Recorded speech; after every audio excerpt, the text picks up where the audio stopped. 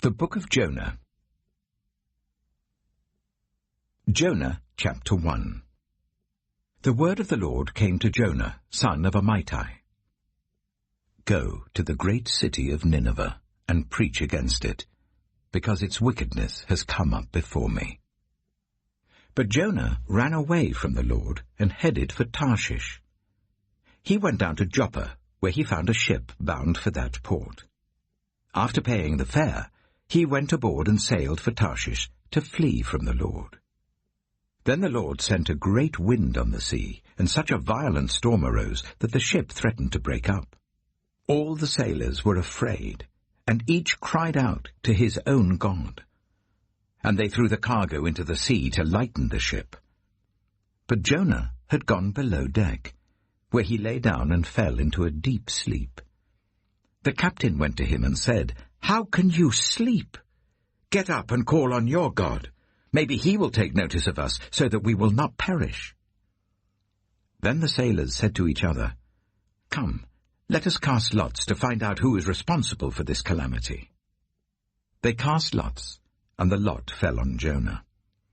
So they asked him, "Tell us, who is responsible for making all this trouble for us? What kind of work do you do? Where do you come from? What is your country? From what people are you?" He answered, "I am a Hebrew, and I worship the Lord, the God of heaven, who made the sea and the dry land."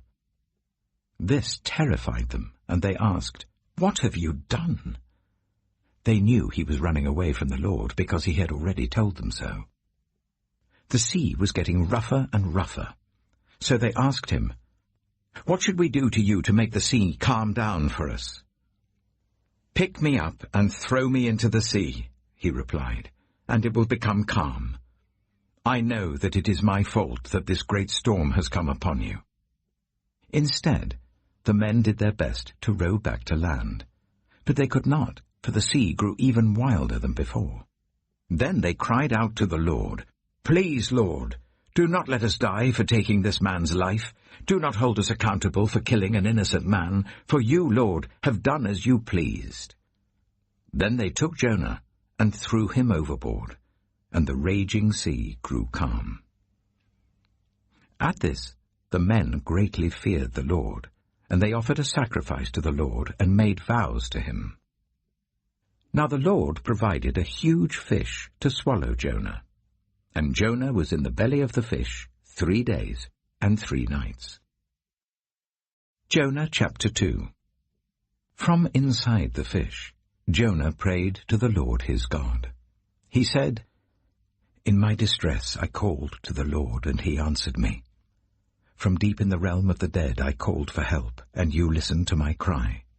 You hurled me into the depths, into the very heart of the seas, and the currents swirled about me. All your waves and breakers swept over me. I said, I have been banished from your sight, yet I will look again towards your holy temple. The engulfing waters threatened me, the deep surrounded me. Seaweed was wrapped around my head. To the roots of the mountains I sank down. The earth beneath barred me in forever. But you, Lord my God, brought my life up from the pit. When my life was ebbing away, I remembered you, Lord, and my prayer rose to you, to your holy temple. Those who cling to worthless idols turn away from God's love for them. But I, with shouts of grateful praise, will sacrifice to you. What I have vowed, I will make good. I will say, salvation comes from the Lord. And the Lord commanded the fish, and it vomited Jonah onto dry land. Jonah chapter 3. Then the word of the Lord came to Jonah a second time. Go to the great city of Nineveh, and proclaim to it the message I give you. Jonah obeyed the word of the Lord and went to Nineveh. Now Nineveh was a very large city. It took 3 days to go through it. Jonah began by going a day's journey into the city, proclaiming, 40 more days and Nineveh will be overthrown. The Ninevites believed God. A fast was proclaimed, and all of them, from the greatest to the least, put on sackcloth.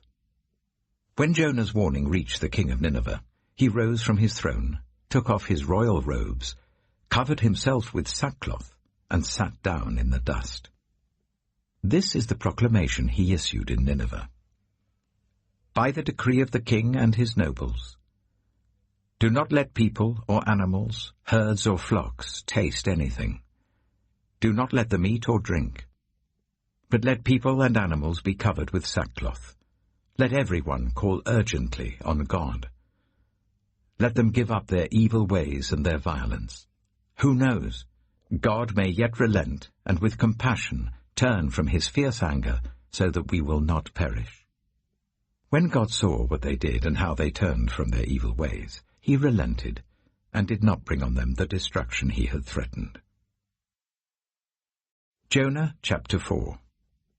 But to Jonah this seemed very wrong, and he became angry. He prayed to the Lord. "Isn't this what I said, Lord, when I was still at home? That is what I tried to forestall by fleeing to Tarshish. I knew that you are a gracious and compassionate God, slow to anger and abounding in love, a God who relents from sending calamity. Now, Lord, take away my life, for it is better for me to die than to live."